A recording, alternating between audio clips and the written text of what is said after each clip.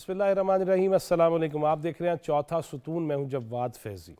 ناظرین، آج قومی سلامتی کمیٹی کا اجلاس ہوا، ان کیمرہ بریفنگ ہوئی، chief of army staff parliament میں پہنچے، وزیر اعظم وہاں موجود تھے، وزرائے اعلیٰ موجود تھے اور آئی جیز موجود تھے، اور ملک کے اندر خاص طور پہ جو دہشت گردی کا فتنہ ہے جو پھر سر اٹھا لیتا ہے، اس کو کیسے دبانا ہے، اس کو کیسے ختم کرنا ہے، اس کو کیسے جڑ سے اکھاڑنا ہے، اس بارے میں بات ہوئی۔ اور یہ بات بھی ہوئی کہ جب کالعدم تحریک طالبان پاکستان کے ساتھ مذاکرات ہو رہے تھے، انہیں تھوڑی سی ڈھیل دی جا رہی تھی، تو اس کے کیا مضمرات سامنے آئے، اس سے کیا بھگتا جا رہا ہے اور کیسے اس کو کچلا جائے گا، اس افریط کو، اس فتنے کو کہ پاکستان میں امن اور اس کا قیام اور باہمی شیر و شکر انداز میں رہنا شروع ہوا جائے۔ لیکن افسوسناک یہ چیزیں ہیں کہ ہم جب دیکھتے ہیں صحافت ہو تو وہ بھی تقسیم، پھر سیاست کے اندر جس طرح گالم گلوچ کی سیاست ہم نے دیکھی، اوئے توئے کر کے دیکھا، بینکاک کے شعلے چلانے کی باتیں ہوئیں اور چین غراری اور نٹ بولٹ کی باتیں ہوتی رہیں، وہ بھی ہم نے دیکھی۔ اس کے ساتھ ساتھ ہم یہ دیکھتے ہیں کہ وہ معاملات جو پارلیمنٹ کے ہیں وہ عدالت تک پہنچ رہے ہیں، اور اس پہ پوری دنیا میں لوگ بیٹھ کے ڈیفرنٹ تجزیے کر رہے ہیں، تبصرے کر رہے ہیں کہ پاکستان میں کیا ہو رہا ہے، آخر کب تک یہ سلسلہ رہے گا۔ اس کے ساتھ ساتھ جو ہمارے معاشرے کے اندر ایک شدت آ گئی، عدم برداشت آ گیا، ایک دوسرے کو برداشت نہیں کر پا رہے ہم، اور خاص طور پہ ہم نے یہ دیکھا کہ 2014 کے دھرنوں کے بعد سے جو شروع ہوا وہ اب تک نہیں رک پا رہا۔ عدالت میں جانا ہو تو تب جتھے، اوئے فلانے، اوئے ڈپٹی، مار مینو تے مار تینو، یہ ہم سب کچھ کر رہے ہیں۔ اس سے بیرون ملک کیا تاثر ہمارے بارے میں جاتا ہے، ہماری جگ ہسائی جو ہے، ہمارے روشن چہرے کو جس طرح تاریک اور وہ جس طرح کالک ملی جا رہی ہے، یہ کب تک سلسلہ چلے گا۔ اور پھر خاص طور پہ ہم نے یہ دیکھا کہ جب پارلیمنٹ کے اندر تبدیلی آئی، وزیر اعظم تبدیل ہوئے، حکومت بدلی، تو اس کے بعد ہم نے یہ دیکھا کہ سائفر کا معاملہ ہے، امریکہ اقدامات ہیں اور امریکی صدر اس میں ملوث ہیں، پھر پتہ چلا محسن نقوی ہیں، پھر پتہ چلا کہ نہیں جنرل باجوہ ہیں، پھر پتہ چلا حسین حقانی ہیں، اور ہم روز بروز یہ بیانیہ عجیب تڑتا مڑتا یوٹن لیتا ہوا، زگ زیگ بناتا ہوا دیکھتے رہے، اور پھر جگ ہسائی کا باعث ہی بنے، ہمارے اوپر انگلیاں ہی اٹھیں اور پھر کہہ کے لگائے گئے، ٹھٹھے لگائے گئے کہ پاکستان کی ہو رہا ہے۔ اسی پہ بات کرنے کے لیے ہم نے زحمت دی ہے، امریکہ کے سابق صدر، ان کے مشیر رہے ہیں، پاکستانی کمیونٹی کا ایک بہت بڑا نام ہے، جناب ساجد تارڑ۔ السلام علیکم تارڑ صاحب۔ وعلیکم السلام جناب، تھینک یو سو مچ۔ تارڑ صاحب بہت شکریہ آپ کے وقت کا۔ تارڑ صاحب، میں نے جو ابھی ابتدائیہ دیا ملکی معاملات کے حوالے سے، جب آپ وہاں بیٹھے ہوئے پاکستان کے معاملات دیکھتے ہیں، اس پہ جب اپنے کولیگز اور جتنے بھی وہاں پہ ڈیفرنٹ کمیونٹیز کے لوگ ہیں، خاص طور پہ خان صاحب کے آپ بھی بڑے حمایتی تھے، آپ نے کام چکے رکھا ہوا تھا، ان کا اٹھایا ہوا تھا، لیکن یہ جو بیانیہ بدلتا رہا، سائفر سے شروع ہو کے کہیں سے کہیں پہنچتا رہا، کیا فرمائیں گے اس پہ؟ دیکھیں، میں سمجھتا ہوں کہ آپ سفر دیکھیں کہ نئے پاکستان سے امر بالمعروف کا سفر، پھر آپ نے جو ابتدائیے کے اندر جو بتایا کہ کس طریقے سے کہ سائفر کو لہرا کر پاکستان کی فارن پالیسی کو جس طریقے سے ڈیمیج کیا، ویسے تو خان صاحب جب خود پرائم منسٹر تھے، پاکستان اس وقت بھی آئسولیشن میں تھا۔ کون سا ایسا ملک تھا جس کے ساتھ خان صاحب نے اپنے ریلیشن شپ خراب نہیں کیے؟ سی پیک بند تھا، سعودی عربیہ ناراض تھا، ملیشیا ناراض تھا، امریکہ، اور جاتے دفعہ انہوں نے جو سائفر لہرایا، اس کے میں سمجھتا ہوں that was the last nail in the coffin۔ اور پھر اس کے بعد کس طریقے سے پاکستانی بچوں کا دماغ امریکہ کے خلاف حقیقی آزادی، اور اس کے بعد ایبسولوٹلی ناٹ، اور اس کے بعد سارے ڈرامے کے بعد پھر یہاں فرم ہائر کی گئی، اس فرم کو پیسے دیے گئے، آج کل وہ فرم کے ڈالر کام کر رہے ہیں، ہر دوسرے تیسرے دن کوئی کانگریس مین ایک ٹویٹ کر دیتا ہے جس کو بڑا سوشل میڈیا پہ اٹھایا جاتا ہے۔ اب بالکل میں سمجھتا ہوں، لیکن اس میں قصور 22 کروڑ لوگوں کا ہے جو سوچ نہیں رہے کہ یہ کس طریقے سے چند مہینوں کے اندر انہوں نے اپنا سٹینس چینج کیا۔ اور دوسرا خاص کر میں اس میں یہ بھی بتانا چاہوں گا، آپ نے ابتدائیے کے اندر بڑی خوبصورتی سے بتایا ہے کہ کس طریقے سے اس وقت ہماری جگ ہسائی ہو رہی ہے، کس طریقے سے دیکھا جا رہا ہے کہ Pakistan is not only politically mixed, political instability, मुआशी इंस्टेबिलिटी, डिफेंस के इस वक्त जो मसाइल है, और इस खित्ते में सबसे नीचे हम रहते जा रहे हैं। अगले दिन एशियन डेवलपमेंट बैंक है, उन्होंने अपने इन्फ्लेशन की रिपोर्ट पेश की, जिसमें पाकिस्तान सबसे ऊपर है, श्रीलंका से भी ऊपर है, अफगानिस्तान से भी ऊपर। तो इन सारे सर्कमस्टांसेस में देखा जाए तो मैं जो नई गवर्नमेंट है उसको किस तरह ब्लेम करूंगा, जबकि वो आए थोड़ा अरसा हुआ है, और दूसरा किस तरीके से 2 असेंबलियां खत्म की गई गैर आईनी तरीके से। मैं समझता हूं कि अभी भी इनको चाहिए कि किसी एक जगह पर बैठे, जब तक ये बैठ के बात नहीं करेंगे आगे बात नहीं चल सकेगी। आप पार्टियों को छोड़ के पाकिस्तान पे बात करें, सिर्फ पाकिस्तान। तारक साहब, ये अभी आपने बात की कि सीपैक रोक दिया गया, आइसोलेशन में चले गए, मलेशिया के बारे में बात हुई, बड़ी तस्वीरें बनती रहीं, फिर अमेरिका से वापसी पे कहा गया जी वर्ल्ड कप एक और जीत के आए हैं, तो आप तो वहाँ पे मौजूद थे। वो केड़ा कप सी, चाह दा कप या वर्ल्ड कप? एब्सोल्युटली। मैं समझता हूँ उस वक्त बजाय के खान साहब की तरफ से स्टेप किए जाए, मैं उसमें, क्योंकि I was here in Washington DC, Donald Trump was the person who was trying to balance Pakistan and Bharat. तो बजाय इस चीज के बावजूद कि हमारा diaspora is not that active like Indian diaspora here, इसके बावजूद कि वो उन्होंने हाउडी मोदी किया, उन्होंने बहुत ज्यादा पैसा लगाया, लेकिन मैं समझता हूँ कि Donald Trump was a true leader, जो समझते थे कि उस खित्ते के अंदर चीजों को बैलेंस करना चाहिए। और खान साहब लेकिन तारक साहब, जब जो ही ये बात सामने आई, जब अमेरिकन प्रेसिडेंट ने उस वक्त ये बात कही पाक इंडिया मामलात में मसालत के लिए, तभी हिंदुस्तान की जानब से तो फौरी तौर पे ये कह दिया गया था कि हम ये मानने को तैयार नहीं है जब तक हम समझेंगे नहीं, बैठेंगे नहीं। तो खान साहब फिर भी कहते रहे, काप लेके आ गया। नहीं, खान साहब के बारे में देखिए, एक बात मैं आपको मेंशन करना चाहूंगा।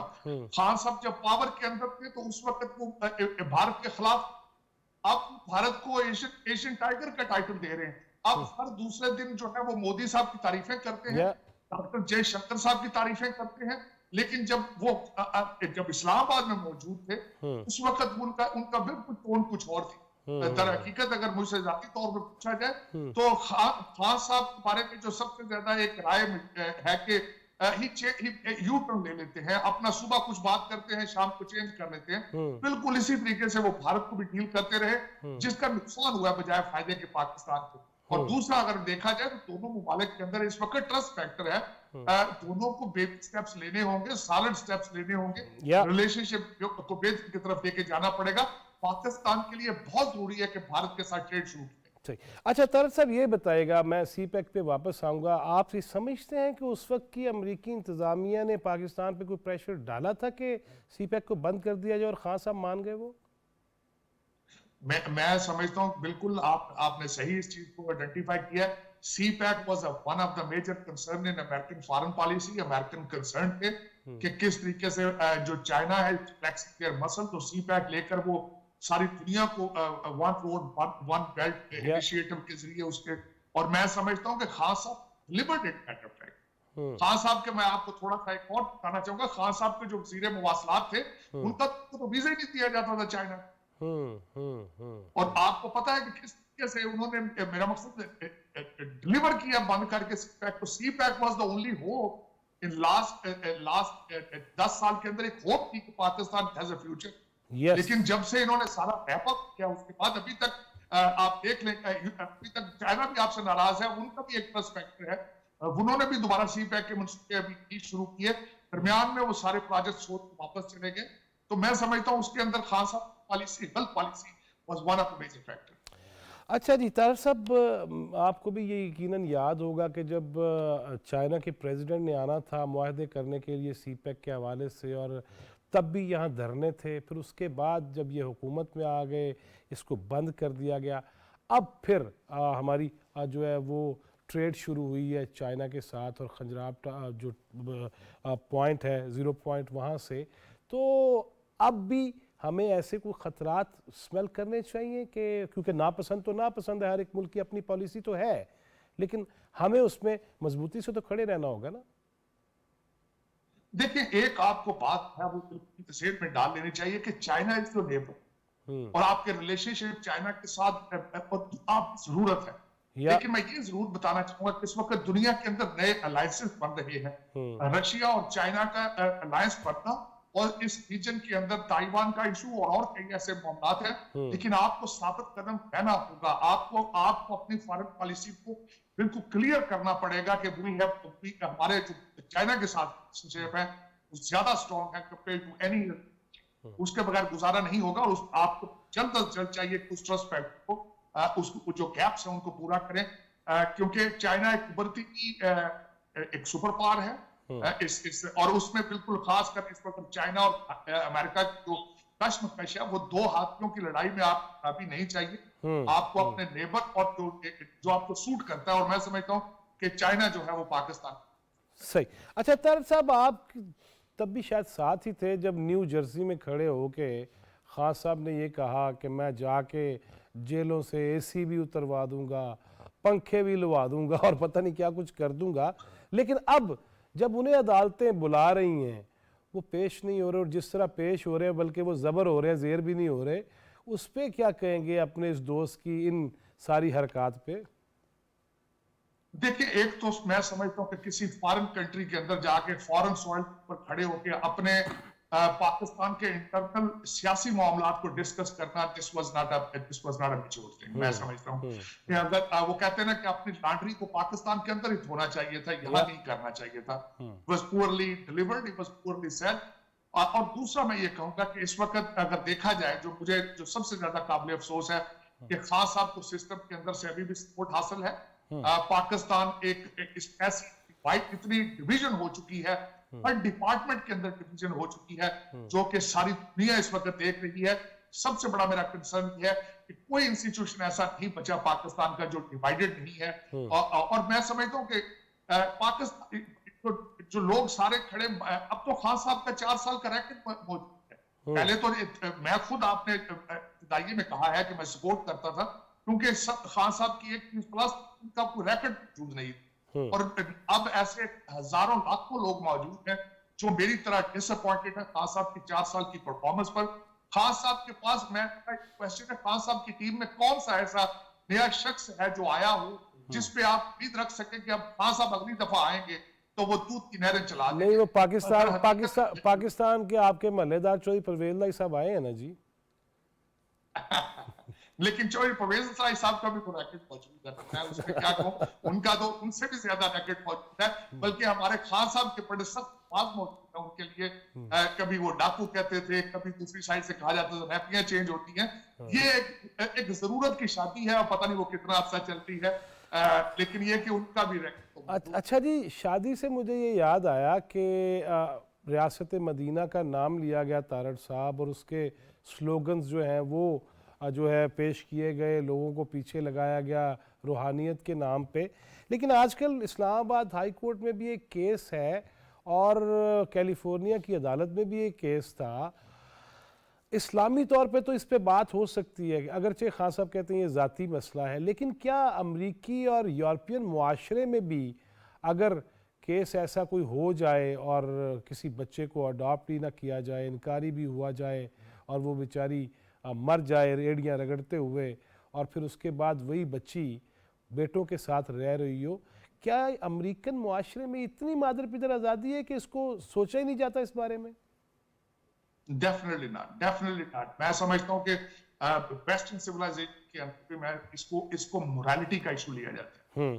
वो कहते हैं कि you have to be man enough to accept your responsibilities. This is, बच्चों के बारे में ये कहा जाता है कि अपने बच्चों के खर्चात करें, अपने बच्चों को ओन करें, क्योंकि they are your DNA, they are your blood. और यहाँ इस सोसाइटी के अंदर बहुत बड़ा समझा जाता है कि बच्चों को अबैंडन कर दिया जाए, और उनको, और आप एक मिनट के लिए जरा मत करके सोचें उस बच्ची के दिल पे क्या गुजरता होगा जिसका बाप उसको ओन करने से इनकारी। आप किस किस्म के आप रियासत मदीना की बात, अगर आप अपनी बच्ची को नहीं संभाल सकते तो आप मुल्क को किस तरह संभाल? अगर आप अपने खून के साथ नहीं है तो दूसरी दुनिया को क्या डिपेंड करेंगे? अमेरिका, और मैं समझता हूं कि वेस्टर्न सिविलाइजेशन में इट हैज बीन, इसको बहुत लोकम डाउन, और रिस्पांसिबिलिटी को अपने डिनाई करना, इट्स नॉट अ गुड, यहाँ पे भी अच्छा नहीं समझा रहा था। मैं समझता हूं कि खान साहब को जल्द से जल्द उसको ओन करना चाहिए, उसको अपने पास रखना चाहिए। मैं समझता हूं, बल्कि मैं बिलखसूस हमेशा ये कहता हूं कि अपने बच्चों को तो लंदन में ऑक्सफोर्ड में या दूसरे इंस्टीट्यूशन पढ़ाते हैं, यहाँ पे लोगों को कहते हैं गिरफ्तार करते हैं, बाहर निकलें, ये सियासत नहीं है, जिहाद है। अगर जिहाद है तो अपने बच्चों को भी जिहाद कराएं, क्योंकि ये तो फिर सवाब का काम है। ये तो डबल स्टैंडर्ड है कि हमारे बच्चे जेलों में जाएं, हमारे बच्चे जो है वो छातियां आगे करें, वो जमान पार जाके बैठे रहे, वरना हाजिरियां लगती हैं, लेकिन अपने बच्चे आपके जो है वो वेस्टर्न सिविलाइजेशन में एंजॉय करें। ये डबल स्टैंडर्ड है, और एक जगह पे नहीं है, ये बड़ा it's very common thing in our Pakistan पे डबल स्टैंडर्ड। मैं समझता हूँ कि अब लोगों को चाहिए कि अब जरा सोच के वोट दें, जरा सोच के देखें, और जिन लोगों के रिकॉर्ड मौजूद है वो रिकॉर्ड देखें। तारड़ साहब, सीपेक की भी बात हुई, अमेरिका की भी बात हुई, लेकिन अभी आज ही ये कौमी सलामती कमेटी के इजलास में ये बात हुई है, पहले भी ये बातें शुरू हो चुकी हैं कि जिन लोगों ने हमारे जवानों के सरों से फुटबॉल खेला, उनकी गर्दनें काटी, हमारे बच्चे शहीद किए, और कितने ही वो जो है घर उजड़े, कोखें उजड़ी, उसके बावजूद मुज़ाकरात किए खान साहब ने तहरीक अदम तालिबान पाकिस्तान से और उनको सहूलियात दी। अब फिर हम भुगत रहे हैं। ये करना किसी लीडर का काम बनता है कि पाकिस्तान की बजाय वो अपनी मनमानियां करता रहे? मैं समझता हूँ, मैं थोड़ा सा आपको रेफरेंस देना चाहूंगा कि पाकिस्तान के हालात ये हैं। पीस इंस्टीट्यूट आपका इस्लामाबाद में उन्होंने रिपोर्ट की है कि 2023 के अंदर 2262 हमले हुए हैं, जिनमें से 89 जो हमले थे वो टीटीपी के थे। अब ये वही टीटीपी है जिसको खान साहब पेशावर में ऑफिस खोल के देना चाहते हैं। ये वही टीटीपी है जिनके खतरनाक कैदी मौजूद थे, जिनको रिहा किया गया खैर सकाली के उसमें जेस्चर में। फिर ये चाहते थे कि उनको ला के पाकिस्तान में रिसेटल किया जाए। मुझे आज एक वर्डिंग याद है शेख रशीद साहब की, उन्होंने कहा था कि तालिबान के टीटीपी के 5000 फैमिलीज इस्लामाबाद पिंडी के आसपास यहाँ पे सेट। तो मेरा मकसद है कि अगर इस तरह के ब्लंडर किए जाए, या तो उनको ओन करें, या मेरा नॉलेज है, इन्होंने कौमी असेंबली को भी एतमाद में नहीं लिया था, इन्होंने सारे इंस्टीट्यूशंस को भी एतमाद में नहीं लिया था। लेकिन अगर गलतियां की हैं तो ओन करें। मेरा जो पर्सनल एक्सपीरियंस ये है, जब तक आप माजी की गलतियों का इतराफ नहीं करते, इस्लाह नहीं हो सकती। और खान साहब ने 4 साल के अंदर बहुत ज्यादा गलतियां की हैं, इसमें कोई शक नहीं है। लेकिन लोगों को हैरान और परेशान होता हूं, वो समझते हैं कि खान साहब गलती कर ही नहीं सकते। अमीरुल मोमिनीन है, वो तो एक जिंदा पीर है, गलती उनके नजदीक से भी नहीं गुजरी। This is wrong behaviour.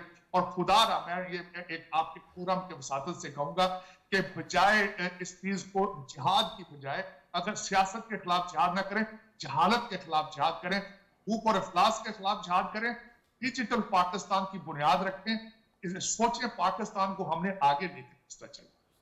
अच्छा जी, आप भी करीब रहे हैं, और जो ये हमने देखा है कि पहले जनरल बाजवा वो कौम के बाप थे, फिर उन्हीं के बारे में जो गुफ्तगू की गई, तारड़ साहब ये क्या है कि हम पूरी दुनिया में अपनी जो अस्करी क़यादत है, पहले तो उनकी तारीफ़ें करते नहीं थकते, उसके बाद फिर हलकान हो जाते हैं उनकी बेइज्जती करने में। आप भी बहुत सारी चीज़ों से आगाह होंगे, ये क्या कहानी है, ये तर्ज अमल क्या है? ये मैं समझता हूँ एक नई रवश बनी है, जिसको मैं सबसे ज्यादा डैमेज मैं पाकिस्तान के माहौल को ये हुआ है कि एक सोशल मीडिया की पार्टी बनाकर टिकटॉक के ट्विटर के ऊपर अपने इंस्टीट्यूशंस अगर आपकी मर्जी का वो फैसला दें तो ठीक है, वरना वो उनके खिलाफ इस तरीके से ट्रोलिंग की जाती है। मैं कंडेम करूंगा ना सिर्फ बाजवा साहब के जो उनके खिलाफ ट्रोलिंग होती रही, हमारे चीफ जस्टिस साहब उनके खिलाफ भी, काजी फायज ईसा के खिलाफ अगले दिन टॉप रैंक था, उनके खिलाफ तो रेफरेंस का इतराफ कर रहे हैं गलतियों का, सदर साहब भी, खान साहब भी। लेकिन देखें ना, लेकिन उनके खिलाफ जिस तरीके से इकट्ठे होकर अटैक करते हैं, अगले दिन जस्टिस अतर फरीदा साहब के खिलाफ अब दोबारा अटैक। लेकिन ये गलत रवैया है, ये गलत रविश है, ये गलत बात है। कौम को देखें, अगर ये कहते हैं अमर बिन मारूफ है, तो बुजुर्गों की इज्जत या जो कुछ भी इस तरीके से उछाली जाती है ट्वीट्स के ऊपर और टिकटॉक के ऊपर, ये बिल्कुल गलत ट्रेनिंग की है उन्होंने कौम। अच्छा जी, तारड़ साहब, मैं समझता हूँ जी फरमाइए। जी, बल्कि मैं ये कहना चाहूंगा कि खान साहब को चाहिए था कि बच्चों को बताएं कि सोशल मीडिया से, इंटरनेट से इनकम किस तरह बनाई जाती है, अमेज़न पे किस तरह चीजें बेची जाती हैं, बजाय कि यहाँ शर्त की जाए बच्चियों के, मैं कंडेम ये करूंगा कि हमारी कई जर्नलिस्ट बच्चियां हैं जिनके खिलाफ में गलत अल्फाज इस्तेमाल किए जाते हैं जो कि कहे भी नहीं जा सकते, ये बिल्कुल गलत है। मैं समझता हूं कि पाकिस्तान की जो हमारे कल्चर, वैल्यूज और मजहब को जो सबसे ज्यादा शाक हुआ, उसको खराब किया गया है वो पिछले 5-6 सालों के अंदर टिकटॉक को ट्वीट, और खास कर काबिल अफसोस कि उसमें ज्यादातर पार्टिसिपेशन, ज्यादातर उसमें ट्रेनिंग जो है वो पीटीआई के लोग, ये गलत। अच्छा जी, तारक साहब, क्लेम खान साहब का ये है आली मर्तबत का कि जी ओवरसीज सारे के सारे 100% मेरे साथ हैं, अभी भी साथ हैं। फिर यहाँ सैलाब हुआ, टेलीथॉन हुई, उसमें भी एक बड़ा नाम, एक बड़ी फिगर दी गई अमाउंट की, उससे भी हमने नहीं देखा कुछ बनाया गया हो। फिर एक वाक़या आपको भी याद होगा, आवाज़ इन कैनेडा दैट टाइम, और अजीम मियाँ साहब भी मेरे साथ ही थे, हम इकट्ठे ही बैठे थे, जब खान साहब कनाडा से अमेरिका जाते हुए रोक लिए गए और कैश अच्छा भला उनकी जेब से निकला, और वो भी कवानीन आपको पता ही है, यकीनन आपको हमसे ज़्यादा बेहतर पता है। वो कैश तो बड़े माहिर थे, जहाँ जाते थे कैशो कैश हो जाते थे, तो वो उसका हिसाब किताब अगर कोई मांगे तो उसको भी गालियाँ पड़ती हैं। रियासत मदीना में या अमेरिका में भी ऐसे तो नहीं होता। देखिए, मेरी नजर में खान साहब ने पाकिस्तानी के साथ रिलेशनशिप बनाए शौकत खान हॉस्पिटल, या यहाँ पे नुसरत फतेह इकबाल को साथ लेकर आते थे, शौकत खान के लिए फंडिंग इकट्ठी करते थे, और वहां से उन्होंने रिलेशनशिप ओवरसीज पाकिस्तान जी। अब इस वक्त अगर देखा जाए तो खान साहब सिर्फ और सिर्फ डिपेंड करता है ओवरसीज पाकिस्तानी के पैसों, बल्कि अगले दिन उन्होंने अपने जो उन्होंने अपील की है, उन्होंने बल्कि हमें तो माफी दे दी है, उन्होंने क्या सिर्फ डॉक्टरों के पैसे चाहिए, अमेरिकन डॉक्टरों के पैसे चाहिए, और किसी के पास तो वो समझते हैं शायद पैसे है ही।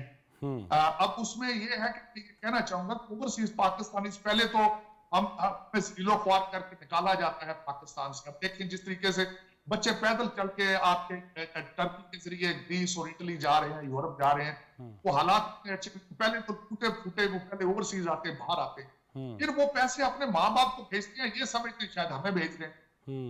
और इस वक्त, और दूसरा मेरा एक क्वेश्चन है कि खान साहब ने हमारी प्रॉपर्टी के कब्जों के बारे में कोई स्टेप लिया था, कोई लेजिस्लेशन की थी?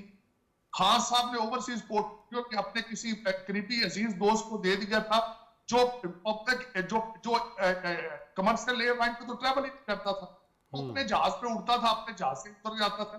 खान साहब ने क्या तो पता है ना कि 4 साल मैंने ओवरसीज पाकिस्तान के लिए काम किया। हाँ, इन्होंने वोट लेने पता था कि ओवरसीज पाकिस्तानी वोट देंगे, उसके बारे में इन्होंने लेजिस्लेशन की कोशिश की, उसके बारे में इन्होंने सारा कुछ किया, लेकिन ये बताएं ओवरसीज पाकिस्तानी के मुफाद में उसमें भी फायदा इनका, इन्हें पता था कि वो ओवरसीज पाकिस्तान इन्हें देंगे, लेकिन हमारे लिए कोई इन्होंने आसानियां पैदा की हो, हमारे जायदादों के कब्जों के बारे में लेजिस्लेशन की हो, थाना कचहरी का कल्चर तब्दील किया हो, एयरपोर्टों के ऊपर हमें टेक्सिंग का कुछ किया हो, जीरो रिजल्ट है उसके अंदर। आप देख, अच्छा, रिलाय करना, जी जी, सिर्फ खान साहब के बात कहते हैं कि मैं यहाँ माहौल इतना ठीक करूंगा कि ओवरसीज पाकिस्तानी यहाँ इन्वेस्टमेंट करेंगे और दूध की नहरें शुरू हो जाएंगी, चलना शुरू हो जाएंगी।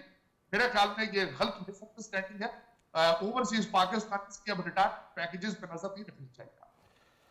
अच्छा जी, वैसे अभी चूंकि क्लेम उनका अब भी है, लेकिन ये इतनी सारी चीज़ें जो आपने गिनवाई हैं तारड़ साहब, उसके बाद भी उनके दिल खान साहब के साथ ही धड़क रहे हैं। जो ओवरसीज हैं, यहाँ के बारे में तो आपने कह दिया जिंदा पीर समझते हैं, दौलत शाह के चूहे हैं, जो भी कहा है, वहाँ पे भी जो बैरून मुल्क रहते हैं उन्होंने हाल भी हुई है।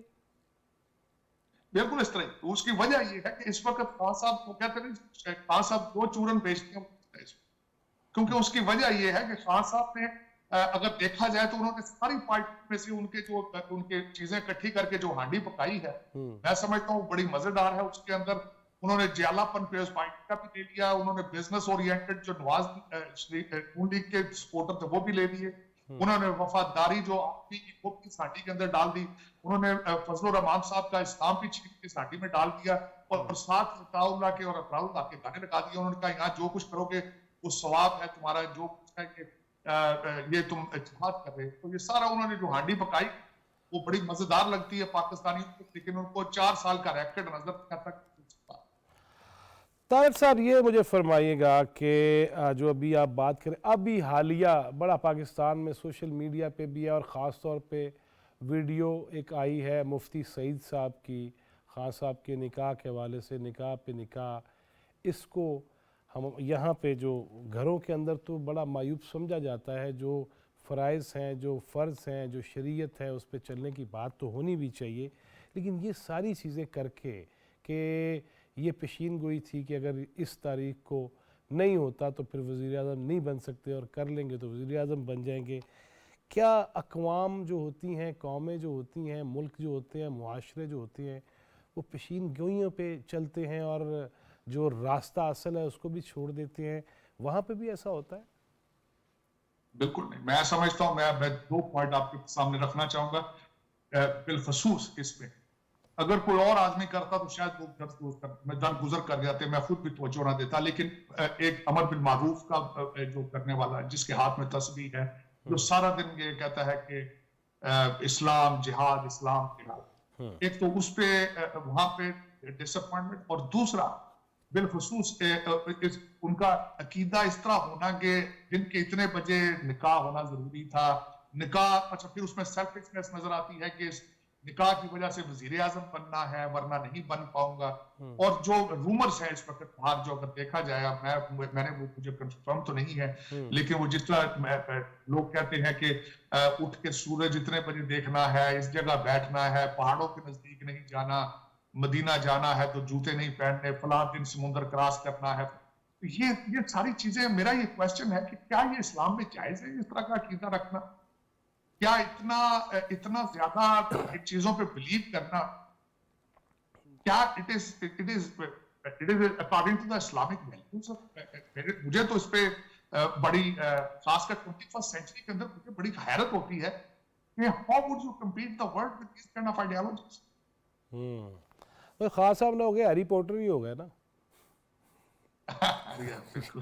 अच्छा, हैरी का तारक साहब, ये सारी बातें होगी, लेकिन मुझे ये फरमाइएगा कि ख़ास तौर पे अब जब दो असम्बलियाँ तोड़ के उनका कहना है बस करा दो, दूसरी जानिब हालात, अमन व अमान, मुआशी मामलात, फिर इखलाकी मामलात, मैं आखिर में ये चाहूँगा कि क्या मशवरा देंगे ख़ास साहब को? आपने शुरू में ये कहा कि बैठ जाएँ, वो तो बैठने को तैयार नहीं है किसी के साथ, वो तो चाहते हैं जो मैंने कह दिया फयाकून हो जाना चाहिए, लेकिन ऐसा होता नहीं है। लिहाजा अब क्या हल आपको नज़र आ रहा है कि खान साहब किसी की बात मानेंगे या बस मैं ना मानूं? नहीं मानेंगे नहीं, अगर वो बात उनकी मर्जी की हुई तो मानेंगे, वरना वो नहीं मानेंगे, क्योंकि वो हमेशा ये गलत एक रवैया है कि उनकी मर्जी का आर्मी चीफ हो तो वो ठीक है, उनकी मर्जी का जज हो वो ठीक है, उनका मर्जी का इलेक्शन कमिश्नर हो तो ठीक है। मेरा अगर जाती तौर पे एक मिनट के लिए सोचें, खान साहब अगर अपोजिशन में बैठते हैं असेंबली में तो उनका कद आज कितना हो, दुनिया की नजर में आपकी असेंबली की कितनी रिस्पेक्ट होनी थी। लेकिन खान साहब ने गलतियों पे गलतियां की हैं। खान साहब ने अपनी टीम का भी नहीं सुना। परवेज लाई साहब मुसलसल कहते रहे असेंबलियां ना तोड़े, और मैं समझता हूं कि नहीं तोड़नी चाहिए, लेकिन खान साहब को मैं, जो मेरा एक जाती मशवरा, सबसे बड़ा मशवरा, मैं समझता हूं as the most popular leader, कि खान साहब को चाहिए कि माजी की गलतियों का कन्फेशन करें और इतराफ करें। और क्यों मैंने आपको कहा कि जब तक आप गलतियों का इतराफ नहीं करते इस्लाह नहीं होती। और दूसरा ये है कि मैं इस वक्त कहूंगा कि आप पार्टी बेसिस को छोड़कर, ना अपनी को छोड़कर पाकिस्तान के लिए खुदारा बैठें, जो कि वो कहते हैं कि मैं एक छत के नीचे इनके साथ नहीं बैठूंगा, मैं ये नहीं करूंगा। खुदारा पाकिस्तान के लिए सोचें, इस वक्त पाकिस्तान के लिए मैसाके जमहूरियत करें, मैसाके इकॉनमी के लिए आप करें। पाकिस्तान को इस वक्त देखें, बाहर से इन्वेस्टमेंट नहीं आ सकती जब तक लॉ एंड ऑर्डर के हालात ठीक ना हो, जब तक आपकी पॉलिटिकल स्टेबिलिटी ना हो। खुदारा मैं ये कहूंगा कि आज बैठे, पाकिस्तान के लिए बैठे, सियासत के लिए ना बैठे, क्योंकि इस वक्त अनफ इज अनफ। 70 साल बहुत लंबा पीरियड होता है, we have to get serious. Yes, अच्छा तारक साहब, चले आखिरी मुझे एक और सवाल आ गया, मदीने का भी जिक्र आया था। ये जो लंदन की सड़कों पे और ख़ास तौर पे हरम मदीना के अंदर जो वाक़यात हुए, इसकी भी तो इस्लाम में कोई इजाज़त नहीं है ना? मैं समझता हूं कि मैं अभी तकरीबन 3 हफ्ते पहले उम्रे पे गया था जी। मैं समझता हूं कि पाकिस्तानियों को 2 दफा सोचना चाहिए था। वो एक ऐसा मुकाम है कि जहां ऊंची आवाज में कोई बात कोई हमारे लिए हाईली रिस्पेक्टेबल। ला तरफाउ अस्वातकुम फौका सौतिन नबी, نبی کی آواز سے بھی آواز بلند نہ کرو. نعوذ باللہ. میں سمجھتا ہوں کہ ان کو اس کے لیے بھی کوئی کفارہ دینا چاہیے, معافی. اللہ تعالیٰ آسانیاں کرے, اللہ تعالیٰ آپ کو بھی سلامت رکھے اور ہمیں پاکستان کی جو ہے وہ خدمت کرنے کی توفیق دے. بہت شکریہ جناب ساجد تارڑ آپ کے وقت کا. ناظرین, پاکستان زندہ باد. پاکستان زندہ باد. ناظرین, یہاں پہ ایک بریک لیں گے چھوٹا سا, بریک کے بعد آتے ہیں. اسٹے ود اس.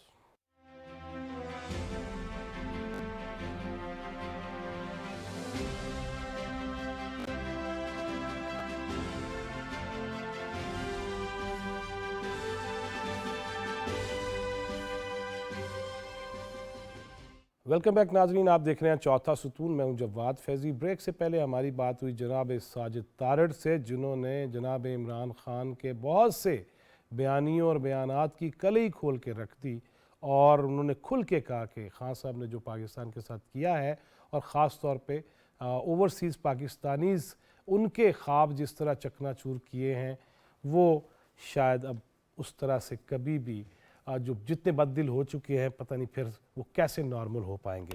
اس کے ساتھ ساتھ ہم بات کریں گے کہ آج قومی سلامتی کمیٹی کا اجلاس ہوا. عسکری قیادت, سیاسی قیادت, پارلیمنٹیرینز اور جتنے بھی قانون نافذ کرنے والے ادارے, ان کے سربراہان اور ڈی جی ملٹری آپریشنز نے بریفنگ بھی دی. پاکستان کے جو اس وقت اندرونی حالات ہیں اور امن و امان کے حوالے سے بھی گفتگو ہوئی, اور اس میں کوئی شک و شبہ ہے ہی نہیں کہ سب یکجان ہیں, ہم آواز ہیں کہ پاکستان کے نقصان کو, پاکستان میں امن و امان کو تہو بالا کرنے والے کو کبھی بھی کھلی چھوٹ بھی نہیں دی جا سکتی, اور اسے شکنجے میں بھی لایا جائے گا. اسی پہ بات کریں گے. سینئر صحافی, تجزیہ کار جناب محمود جان ہمارے ساتھ ہیں. السلام علیکم. وعلیکم السلام فیضی صاحب. محمود جان صاحب, آج اجلاس بھی ہوا, اور خاص طور پہ یہ باتیں بھی ہوئیں اجلاس کے اندر کہ کچھ عرصہ پہلے خان صاحب کی حکومت میں کالعدم تحریک طالبان پاکستان, ان کے لوگوں سے مذاکرات, انہیں چھوٹ دی جائے گی, یہ باتیں بھی ہوئیں. یہاں تک کہ ابھی ساجد تارڑ صاحب تو یہ کہہ رہے تھے کہ وہ تو یہ چاہتے تھے کہ پشاور میں ان کے دفتر بھی کھل جائیں.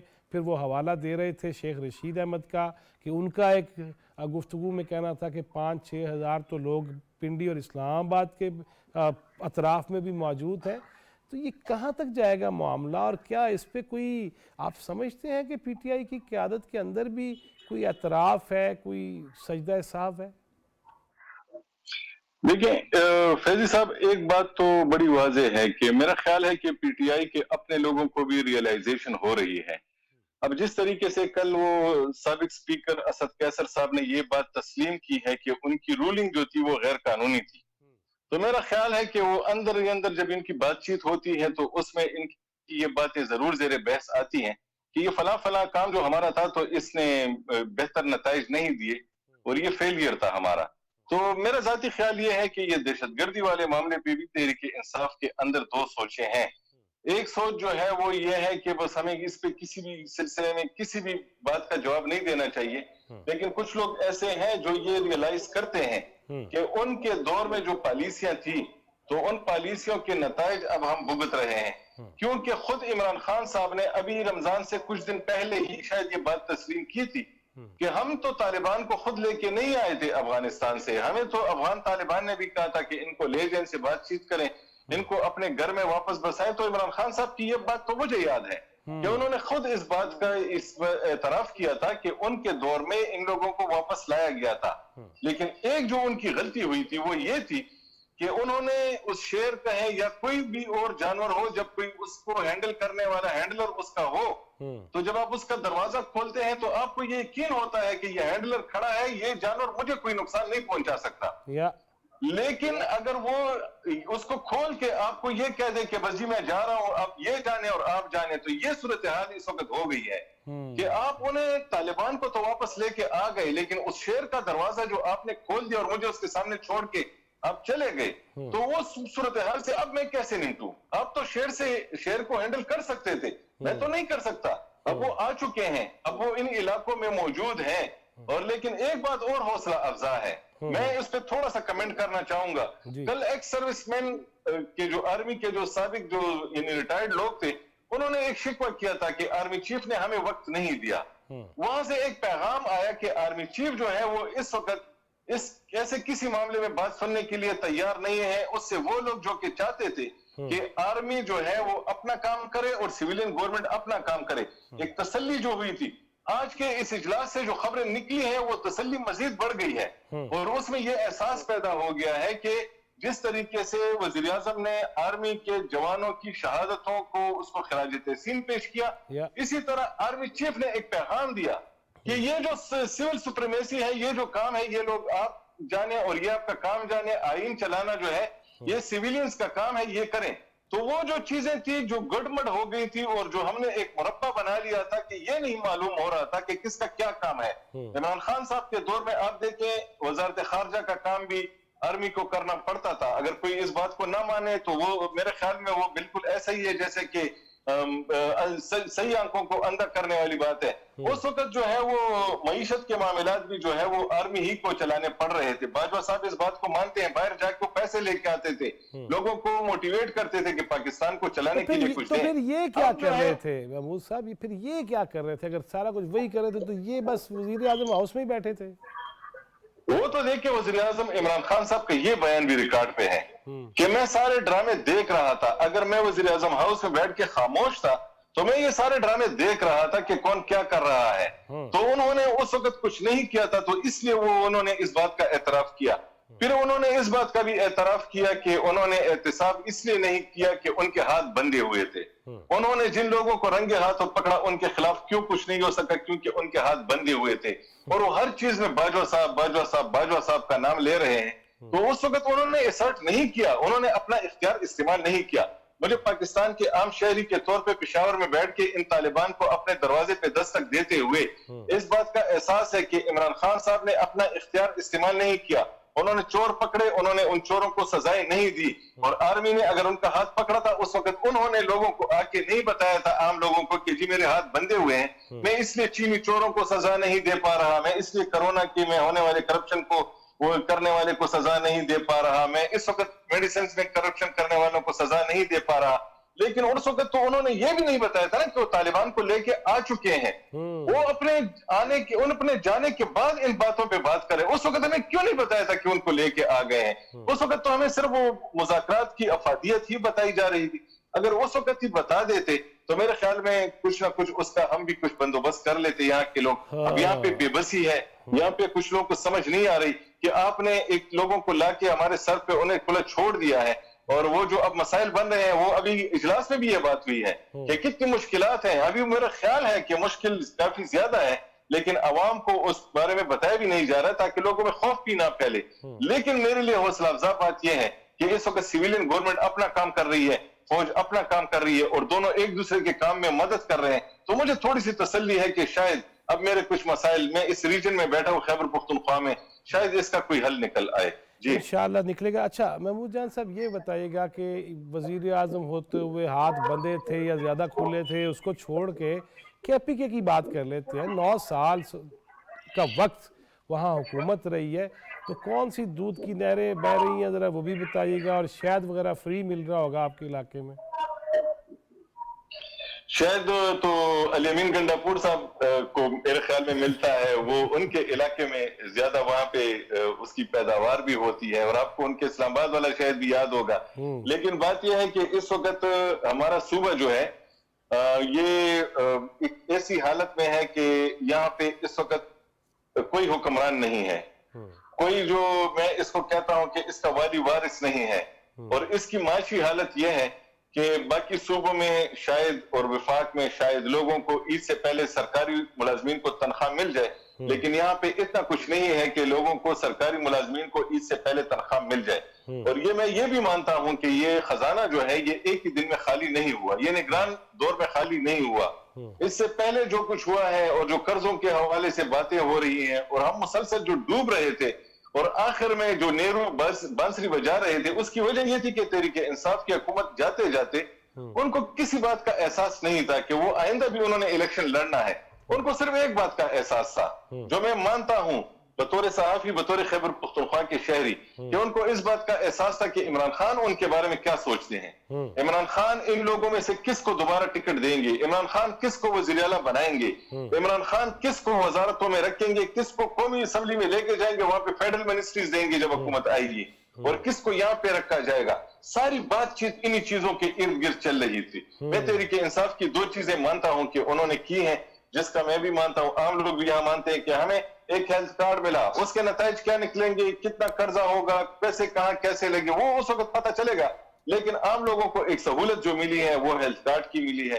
ایک یہاں پہ ہمارا BRT کا بس کا جو سلسلہ ہے وہ ہے، اس کے بھی لوگ کہتے ہیں کہ بہت زیادہ اخراجات ہوئے ہیں، اور اتنے ہوئے ہیں کہ وہ ضرورت سے بہت زیادہ تھے، وہ بھی بعد میں پتہ چلے گا۔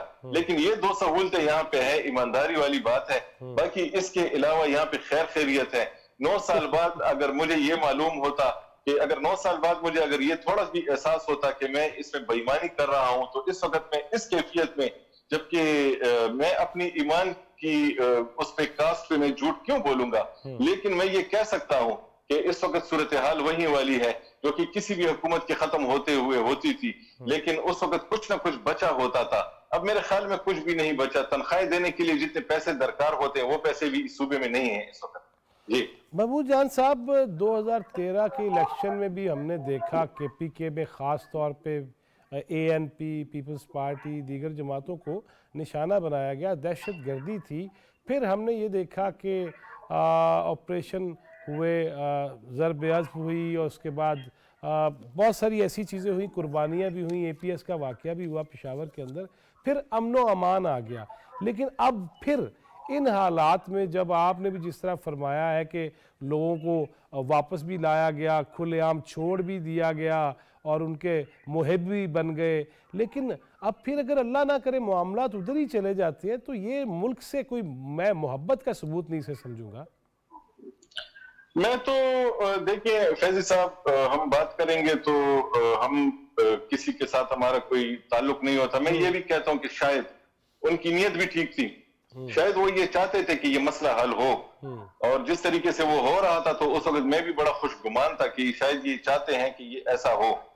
نیت پہ تو میں ان کی شک نہیں کرتا، عمران خان کی بھی نیت پہ شک نہیں کرتا، جنرل فیض کی نیت پہ بھی شک نہیں کرتا، اس وقت کی جو قیادت تھی کسی بھی نیت پہ شک نہیں کرتا۔ لیکن میں ایک بات مانتا ہوں کہ شاید ان کی انڈرسٹینڈنگ اور ان کی سوچ اتنی بہتر نہیں تھی جتنا یہ مسئلہ شدید تھا۔ یہ سمجھ نہیں رہے تھے کہ وہ کس چیز کے ساتھ کھیل رہے ہیں۔ یہ آگ کا ایک گولا تھا جس کے ساتھ وہ کھیلنے کی کوشش کر رہے تھے، جب اس کو نہیں پکڑ پایا تو اس نے معاشرے کی طرف اچھال دیا۔